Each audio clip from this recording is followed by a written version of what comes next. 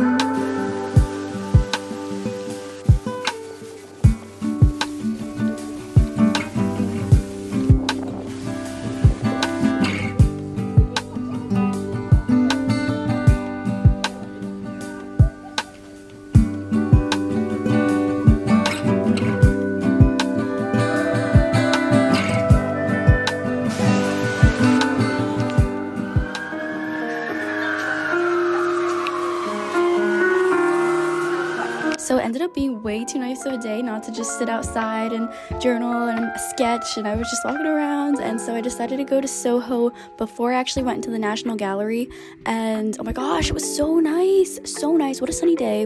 Oh, and so random, I stumbled across Chinatown without even meaning to, and so I was like, you know what, I'm gonna buy myself a bubble tea, and then yeah. The sold auction.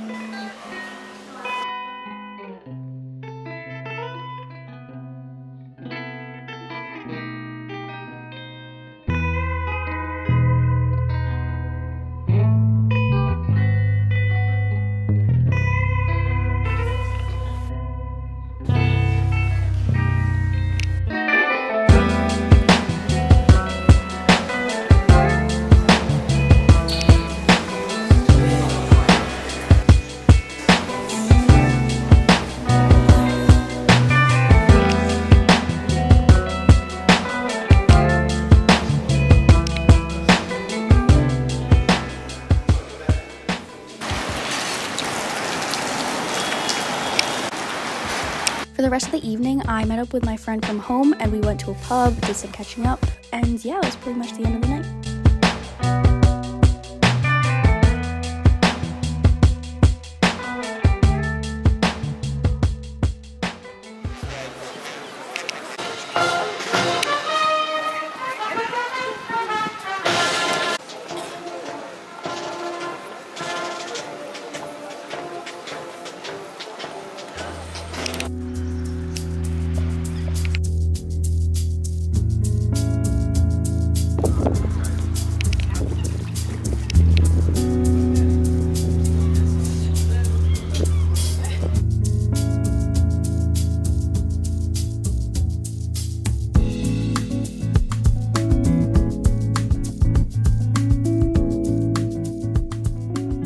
Currently at Hyde Park. It's so beautiful here. It was initially really cloudy and now the sun is beaming down on me. Also, there's so many swans here. It's so pretty, I have to say. Look at that.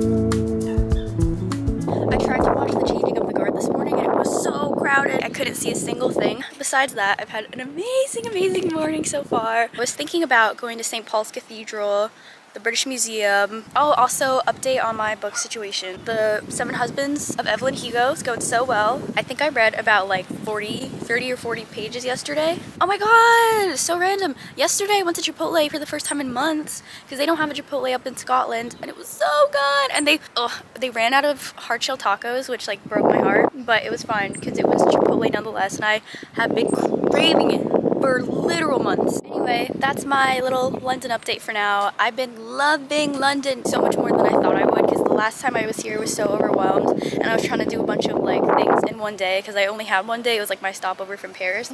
And what is that guy holding? Oh my god, that bird is like, I don't know if you could see, but he's like a stick in his mouth. Anyway, but yeah, I was trying to see a bunch of things all at once, but like now I can just like, you know, take it chill, sit and read my book at the park, see sights. London has been so amazing. Anyway, I'm gonna go back to my day, maybe read, and then figure out how I'm gonna get to St. Paul's.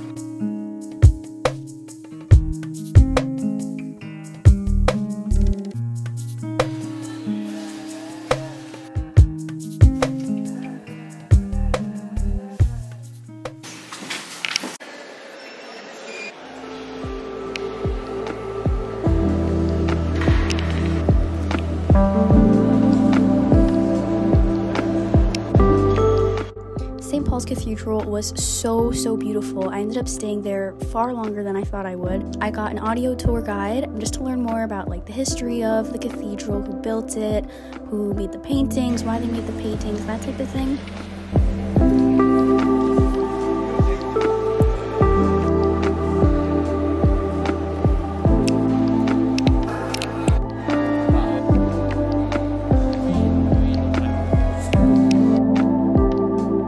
I walked up all the way to the top of the dome, which was 528 steps, and that low-key killed me, but I think it was so worth it, especially if you've never seen the top before. Unfortunately, I couldn't take any videos at the top of the dome while inside, but I could outside. The views were so good, and you could pretty much see the entire city of London while up there, so I totally recommend, even though the walk up it is quite painful. And I did end up going to the British Museum right after, which meant a lot more walking, and I didn't really plan it out okay, so I don't know if I would do both of these on the same day again if I did want to go all the way up to the cathedral. But yeah, just keep that in mind, but I do recommend.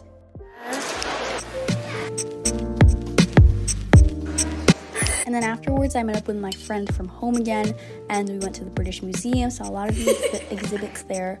It was kind of cool seeing all the artworks and art pieces, sculptures, paintings that I had studied in my art history class a year ago, because I did take AP Art History and that was really interesting.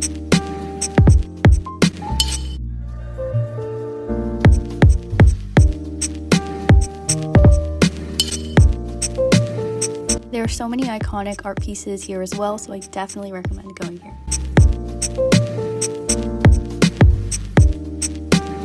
Also, and I didn't even know this before coming to London, but both the British Museum and the National Gallery are free to visitors.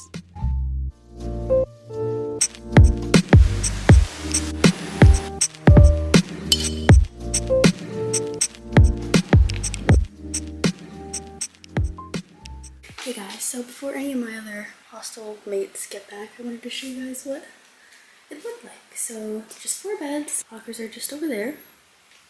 Here's my bed. I have everything underneath. And yeah, overall very, very nice.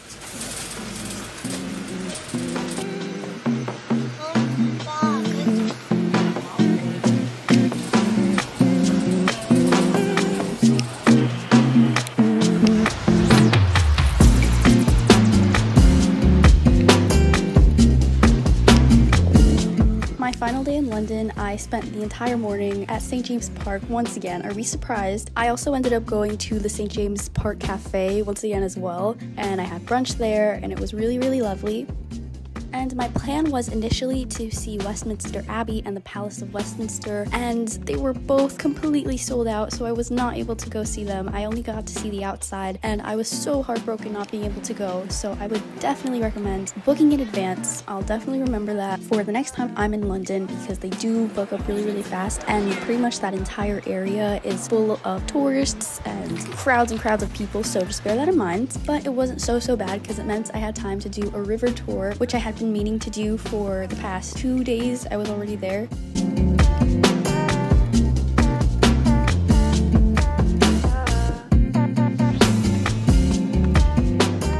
So you are now leaving the city of Westminster. The area to your left, it becomes the capital, the City of London. The City of London runs from here to Tower Bridge. Railway Bridge.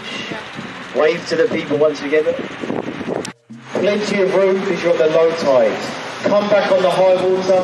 We won't fit this boat through this bridge. It was so lovely, and the sun came out, and the boat that I was on had a guide and everything, so he was telling us about like the city, the buildings around us, the bridges, who made them, etc., things like that. The bridge that stood before this one, it was sinking into the mud.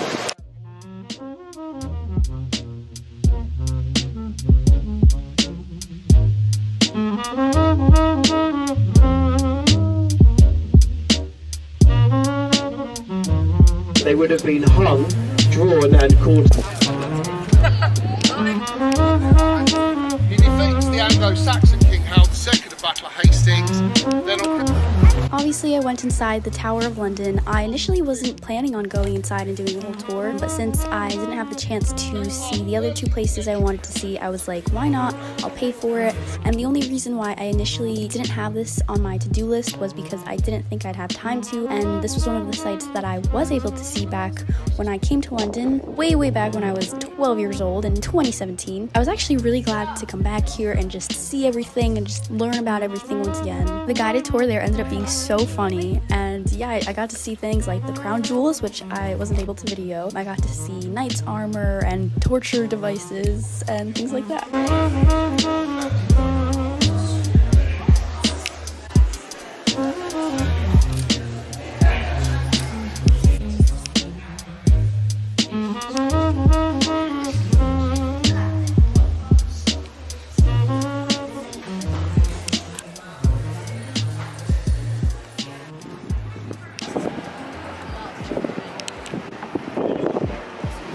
I didn't film this, but for lunch, I ended up going to Joe and the Juice, which, by the way, was another restaurant that I had been craving because they don't have one up in Scotland, and the last time I had been was summertime in New York City, and they do really great paninis and smoothies, and yeah, I don't know why I actually didn't film that, but I just wanted to mention that.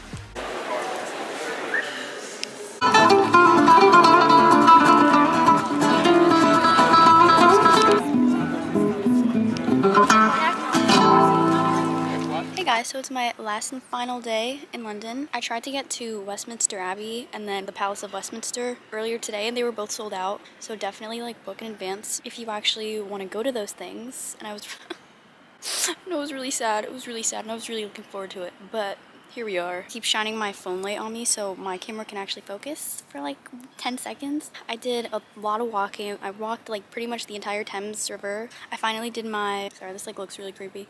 I finally did my river tour as well. Went to the Tower of London. Tower of London was so good. The last time I was there, I was like 12 years old, and I actually like stayed in for the guided tour. And he told us all about like all the beheadings there and the torture methods, and even like when the king used to live there, and when the Normans created it back in 1078, I think. So yeah.